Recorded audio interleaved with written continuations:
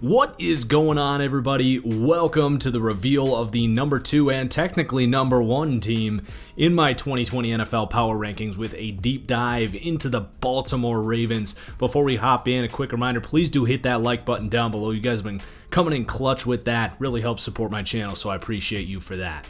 So the Ravens enter the 2020 season with more to prove than possibly any 14-win team ever, at least in a long time. This team was the narrative of last NFL season. Their star quarterback won MVP. Heading into the playoffs, most people saw this team as an unstoppable force and the team to beat.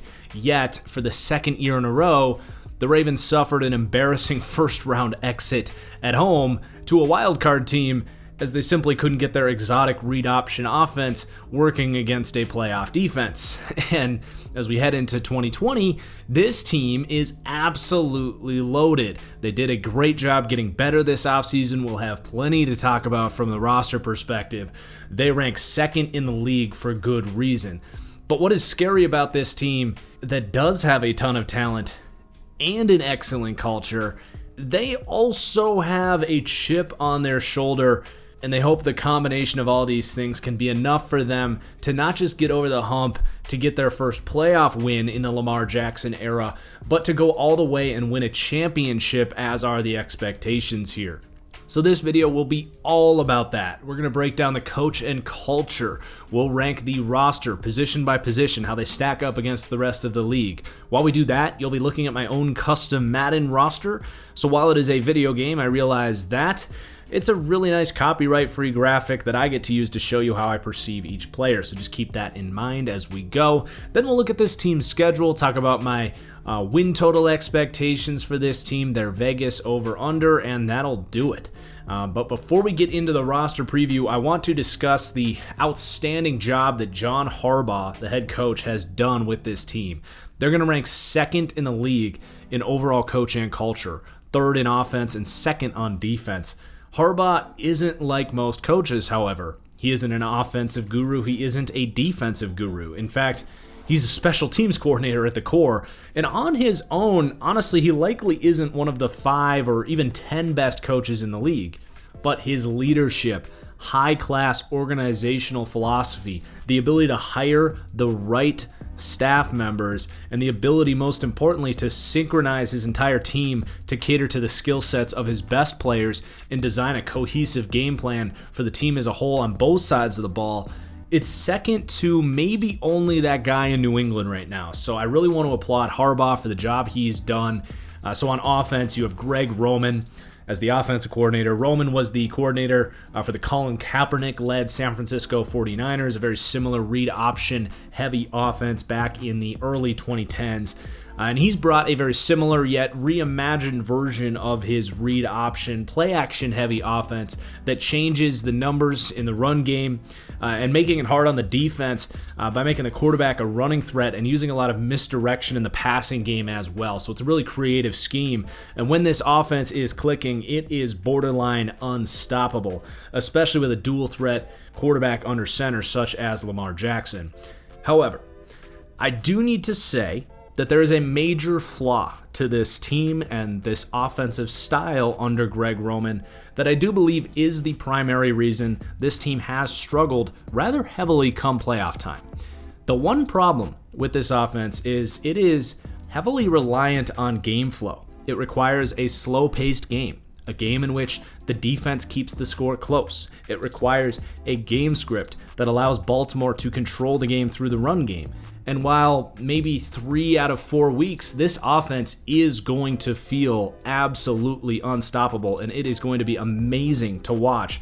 Every few weeks, this team will run into an explosive offense that changes this game flow. Say the Chiefs or the Browns games last year. They'll run into a defense that plays disciplined enough to slow down this run game, a la Tennessee in the playoffs. And when that happens, neither Lamar nor Greg Roman have shown the ability to adjust the game plan on the fly to come from behind, becoming a more traditional passing offense.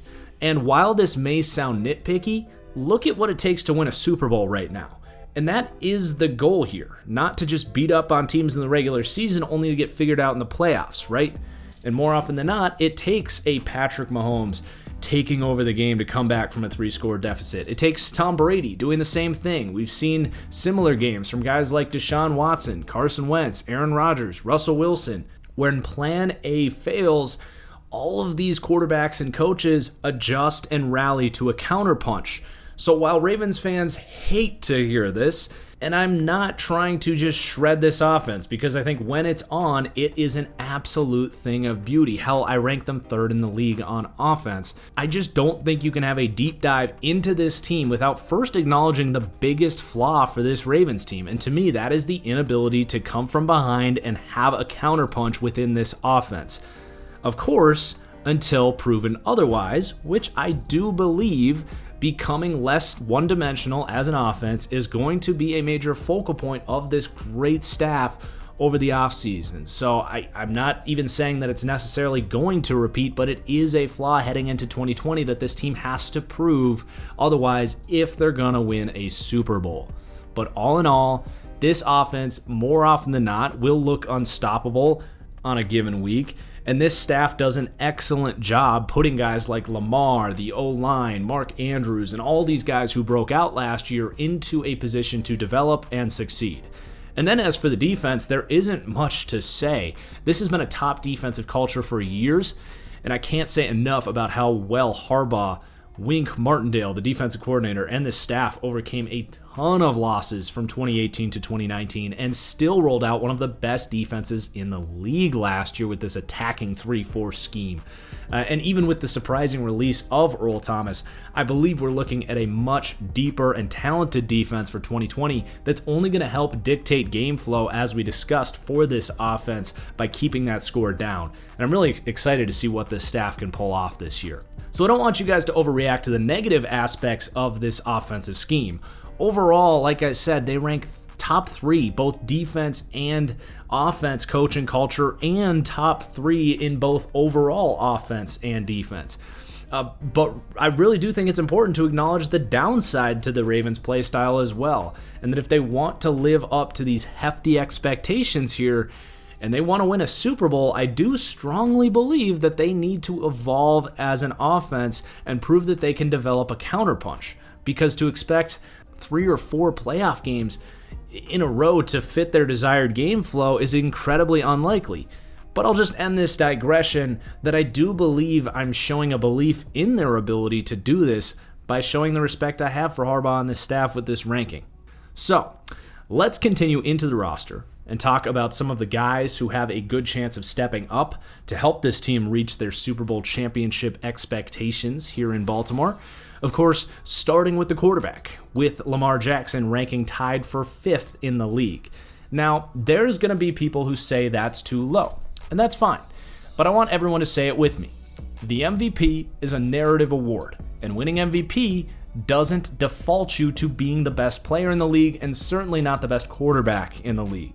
Cam Newton wasn't the best quarterback in the league when he won MVP in 2015. Matt Ryan wasn't the best quarterback in the league when he won the MVP in 2016. And believe me, I am more than acknowledging Lamar's growth as a passer, his improved mechanics, his work ethic, his drive to improve his game, and what he brings to the table as a rusher by ranking him top 6 in the league. But the only reason I feel the need to sound like I'm talking down on Lamar is for the many people out there putting him with the truly elite QBs like Patrick Mahomes, Russell Wilson.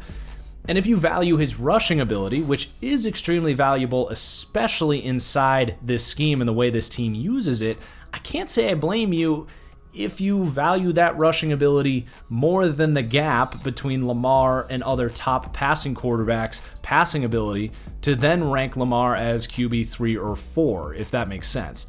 So if you have Lamar that high, top 3, top 4, top 2, top 1, top 2, top 1, I say I would fault you. But if you have him 3 or 4, I can't say I fault you necessarily, but I would say that I strongly disagree.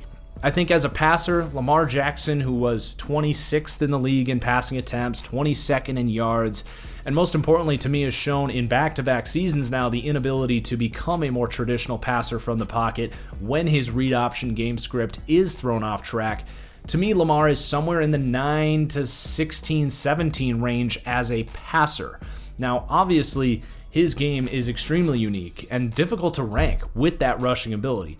And I think tied for 5th as a quarterback ranking is very representative of how I think that rushing ability can take Lamar over other quarterbacks who, to me, are much better passers from the pocket, which, by the way, year to year, passing from the pocket proves to be what is sustainable and what wins championships in this league. So again, Lamar Jackson is an incredible quarterback. I'm happy to admit that I was wrong about him heading into 2019 after what we saw from him as a rookie, and that he is a major reason I'm comfortable ranking this team 2nd in the league. But I'm also not afraid to say that regression is coming here. Very, very likely. He threw for a touchdown every 10 throws last year. I'm sorry, but any thoughtful predictive analysis will tell you that that is simply not going to repeat. That's nearly double the next guy down as far as a touchdown rate. That is the definition of regressing to the mean. Beyond that, just like similar run-first quarterbacks in years past, opponents will adjust to this option-heavy offense and learn from what the Titans did to not let Lamar get the edge on read plays. A very simple idea. They will start covering Mark Andrews right up the middle on 3rd downs. And as a passer, whether it's his processor, his confidence to hang in the pocket to let a route develop downfield instead of scrambling too early, something he does a little bit too often if you ask me, or in general just his downfield accuracy. I think it's honestly pretty crazy to rank Lamar as an elite QB as so many are doing right now because he does have a lot of flaws as a passer. Look, Lamar is an amazing player. He's the most fun player to watch in the NFL right now. Hell, he's an amazing guy with an outstanding work ethic. And I'll say there's a very high chance that he will continue to develop and grow as a passer, just as I've said about other young quarterbacks like Kyler Murray, Baker Mayfield, Sam Darnold, etc., etc. But I do firmly believe that 2020 Lamar will have to show some traits as a passer that we haven't seen on film yet. And to be clear, I think he will show some of that stuff. But similar to other young and unproven passers, to ignore, to me, the fact that he is currently a limited passer and to assume that he develops into the quality quarterback that you have in guys like Mahomes, Russ, to me, Rodgers, Watson, even a guy that I haven't tied with in Carson Wentz, it's just not a jump that I'm prepared to make in this series. So that's a lot of time banging this team for their approach in the run game. I don't want you guys to lose sight about the fact that I think this is a really, really freaking good football team. So let's talk about the rest of this roster. Let's move on.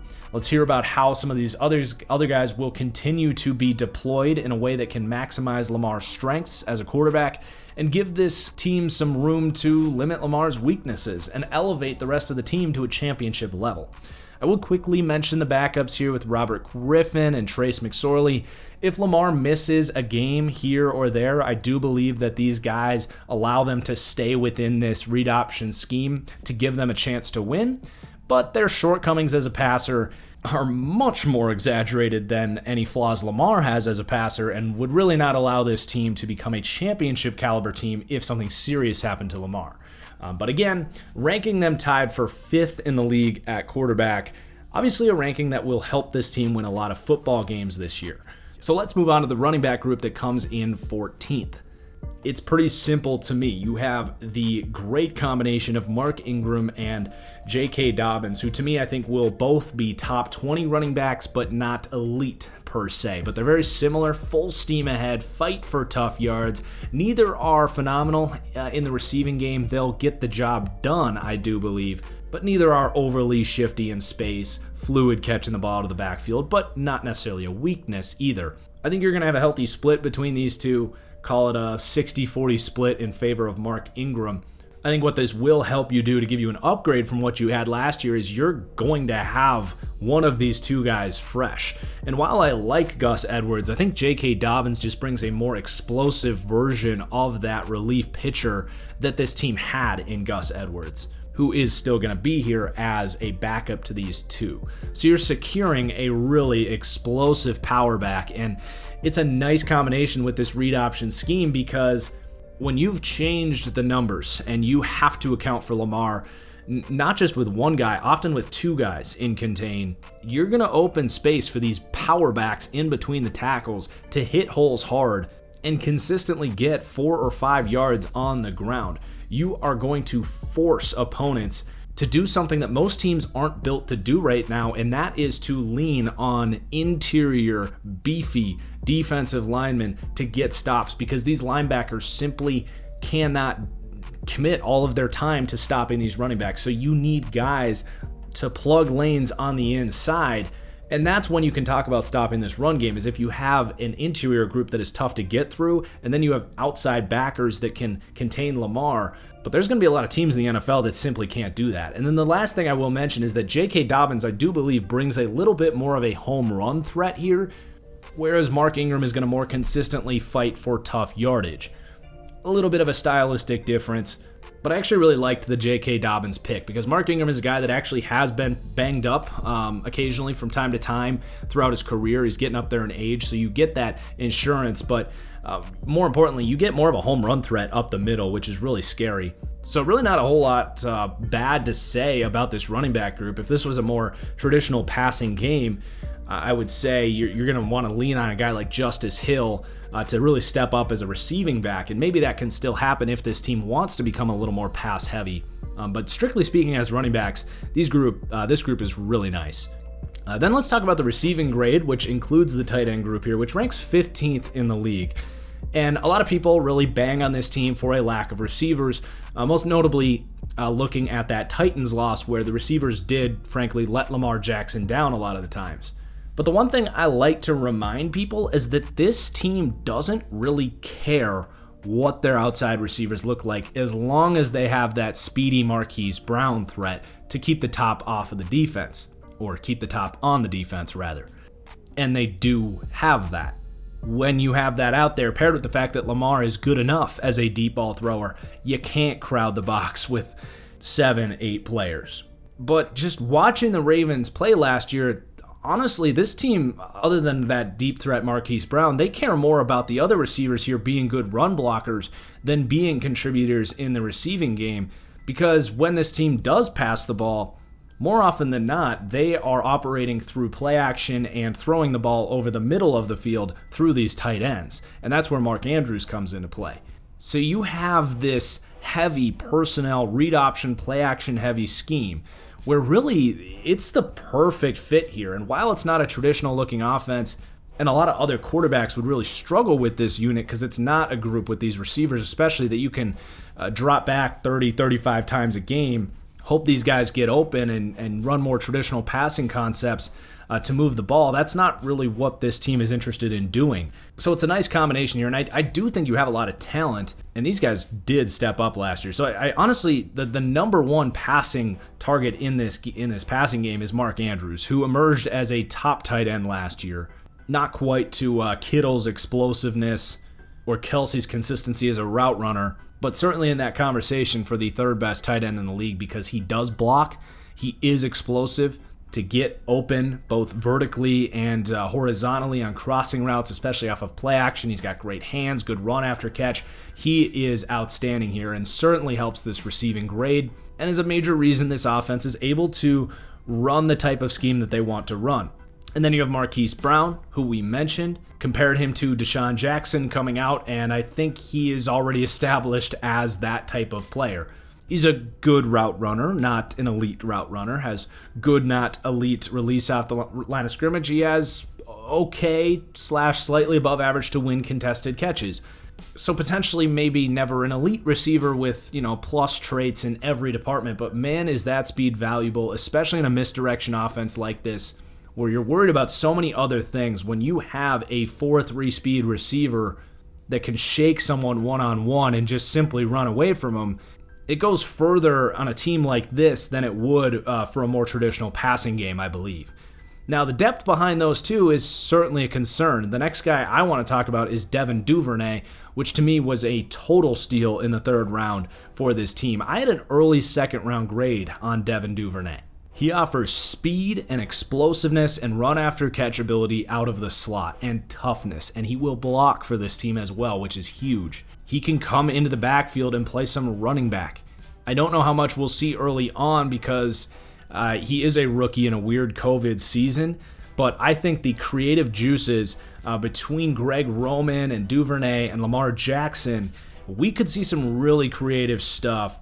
Because to me, Duvernay gives you another underneath option in the short to intermediate passing game, who with his skill sets is going to be just the perfect fit for this sort of misdirection offense, to the point where now you got to worry about Mark Andrews crossing one way, Devin Duvernay either getting a handoff or catching a flip on a play action or running that crossing route going the other way like a Deebo Samuel in San Francisco, and Marquise Brown over the top, and Lamar running, and the read option with the home run threat of J.K. Dobbins. That's where you get the number 3 offensive ranking, despite the negative things we said about Lamar Jackson.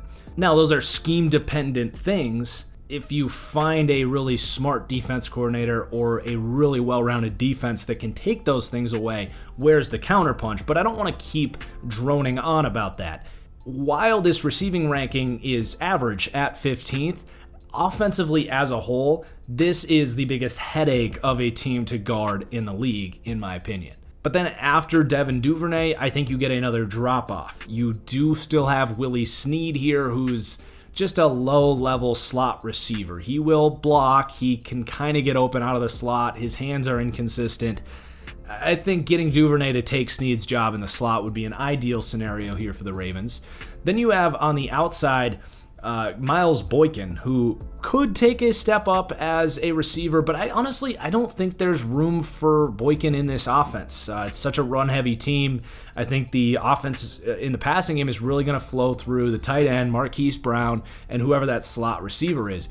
Boykin on the outside, I just don't see Lamar looking his way all that often, but one thing Boykin does do is he does have enough speed to be another deep threat opposite of Marquise Brown, but he also is a great run blocker. And honestly, for that number 3 receiver on the outside for this team, I don't think they honestly care too much else other than can you run block. So he is a great fit here. He just, in a conventional sense, doesn't really help this team all that much, and I don't know how much better he's ever going to get. Yeah, Chris Moore, who's kind of the same idea as Miles Boykin.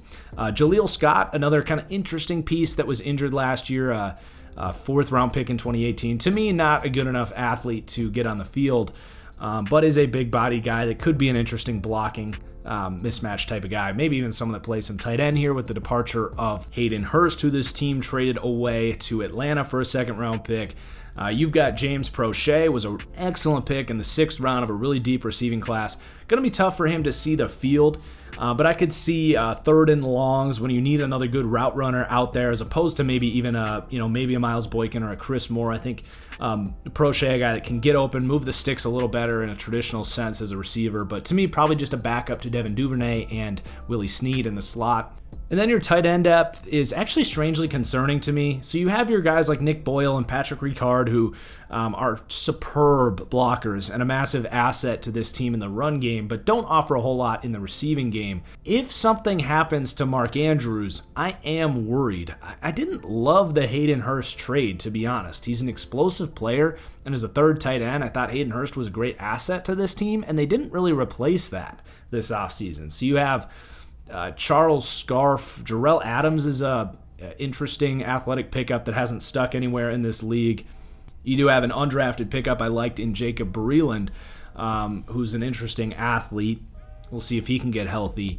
But yeah, this team I thought really benefited from those heavy packages, with Hayden Hurst being enough of a playmaker, with the opponents being so bothered by everything else going on here. I do think that was kind of a head-scratching trade, to be honest. And if anything happens to Mark Andrews here, I thought Hurst was a good backup for that role, who, frankly, this offensive passing game flows through Mark Andrews. So, we'll see. I think Mark Andrews has to stay healthy for this offense to repeat. He was Lamar's go-to guy, whatever the down and distance was. So 15th overall for the receiving grade.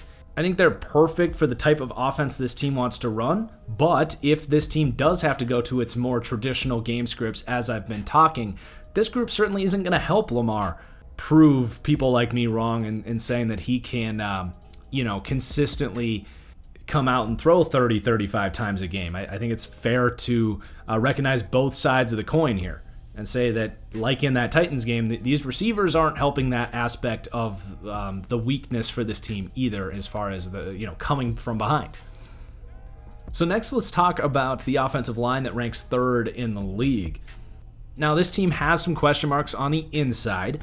A lot of benefit of the doubt being earned from this staff on the interior there. But the tackle duo is right there with the best in the league. You got Ronnie Stanley, who is just a freak athlete, a nasty, tenacious run blocker, has continued to develop his footwork and IQ as a pass blocker, on a hot track to becoming the best tackle in the NFL, in my opinion.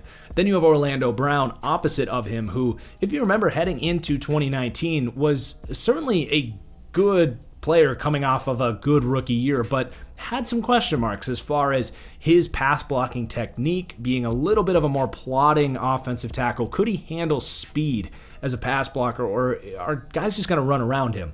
And while that might still be a bit of a weakness for Orlando Brown's game, he does more than enough as a run blocker to be a massive asset for this team, and he does more than enough as a pass blocker to not get beat too consistently. So he is certainly a plus asset for this team, and that tackle duo is the main reason this team ranks third. But on the interior, you do have a lot of depth, and I feel very confident that they're going to emerge with 3 quality starters between this group. So let's just start at center. I'm pretty confident you're going to get a quality center here because you have Matt Skura, who's a fine, low-end starting caliber center. He got hurt last year, and Patrick McCarry stepped into that role, and McCarry actually played pretty well. He did have some rough games, but I think this will be an open competition, which this team is great at embracing, and you're going to emerge with either Skura or McCarry having their best career year at center. They've got a great track record with this position, so I'm not really worried about that. Even if it's not a true strength, I don't see it as a weakness.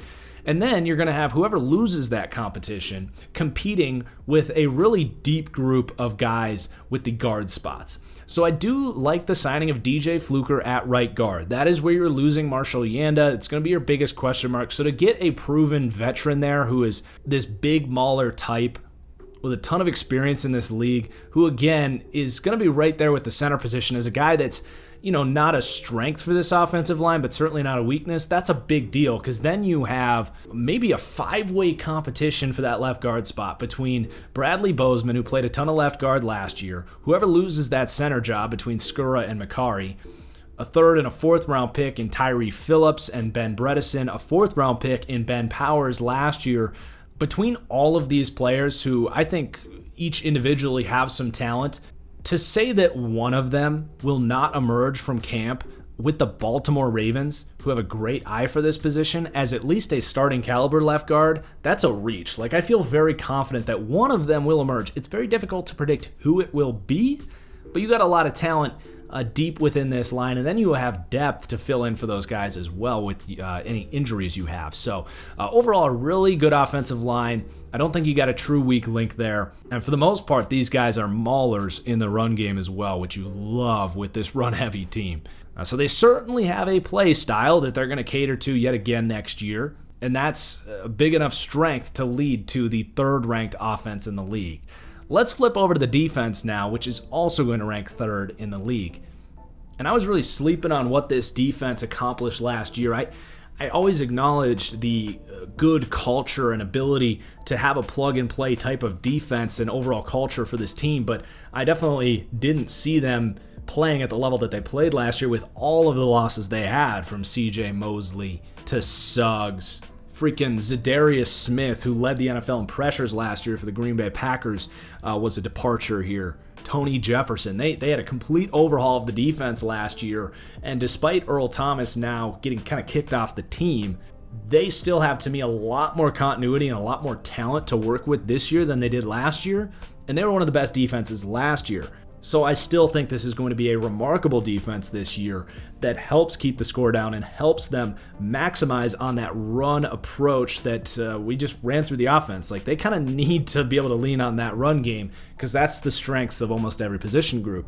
And then the play action over the middle on top of that. But let's go through it here, starting with the run defense that ranks number 1 in the league. You got one of the best nose tackles in the league in Brandon Williams. You are now surrounding him with 2 new additions at the defensive end positions in a base 3-4 here with total stud, perfect 3-4 defensive end fits in Calais Campbell, still one of the premier run defenders in the league, and Derek Wolfe, who's on the downward trend, but I think will be a great contributor to this team as a both run defender and pass rusher in that role.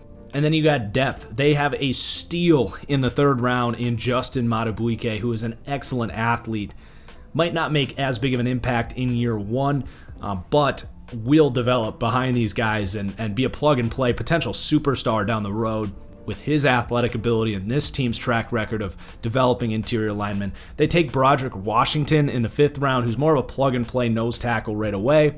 Justin Ellis, that veteran, steady defensive tackle against the run. You're running 6 deep here with the run defense. You even have Patrick Ricard, your fullback, will come in and play some defensive tackle. He's a tough guy.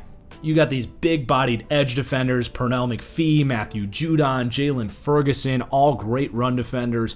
And then you bring in the combination of Patrick Queen, who isn't a great run defender, especially as a rookie, but you pair him with Malik Harrison in the 3rd round. Like, what a freaking draft. If you haven't seen my draft review of this Ravens team, I was glowing for this team's draft. It's pretty remarkable what they pulled off.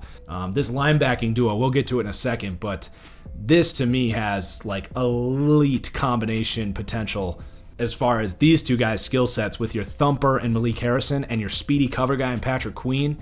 That to me is where I really point to and say that could be where this team jumps from amazing last year to, like really truly elite, like best defense in the league type of stuff this year. But we'll talk more about them in a second. But the number one run defense in the league, they're not going to let teams beat them the way they beat you with that run game.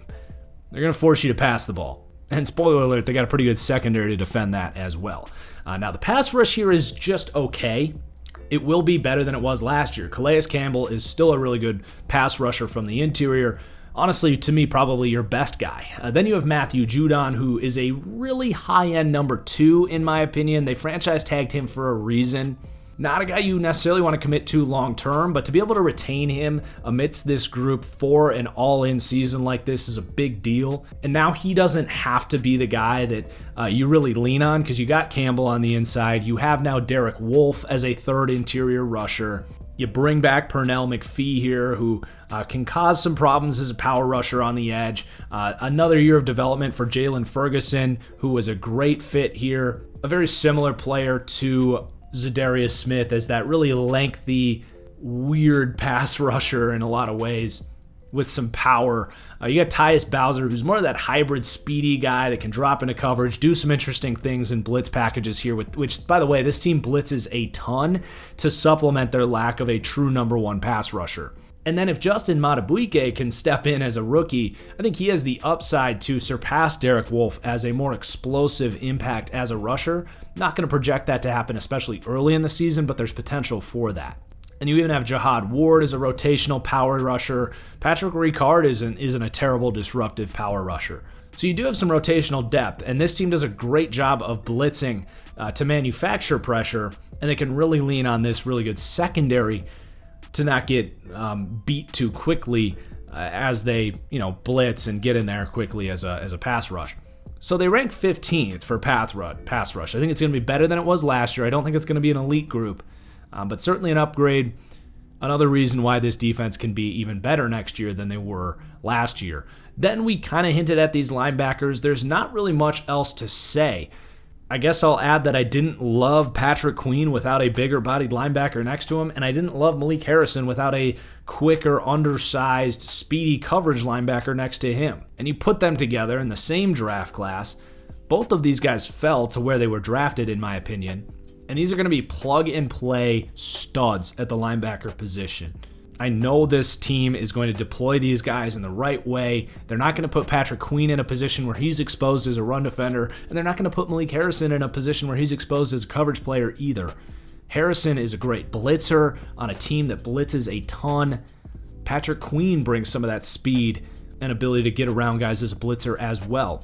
This front 7 is poised for massive development in another year here and a ton of upside. So I love this linebacker group, by the way. They do rank 20th because these guys are young and in a weird COVID season. Like, I don't know if they're going to step in and be elite right away, but especially down the road. Queen and Harrison is going to be a brand name of linebacker duos for years to come. I truly believe that. The depth is Not ideal. You have LJ Fort, who played last year. He's, I think, going to lose that job to these two rookies. Not a bad backup, but wouldn't be ideal if you have to lean on him. And then Chris Board and Ataro Alaka, a couple of undrafted free agents who will compete for that final linebacker spot. Then you have the defensive backfield here ranking 5th in the league. If you're curious, they were 3rd before the Earl Thomas release, so it is a loss for this defense. But I don't think it's something we need to overreact to.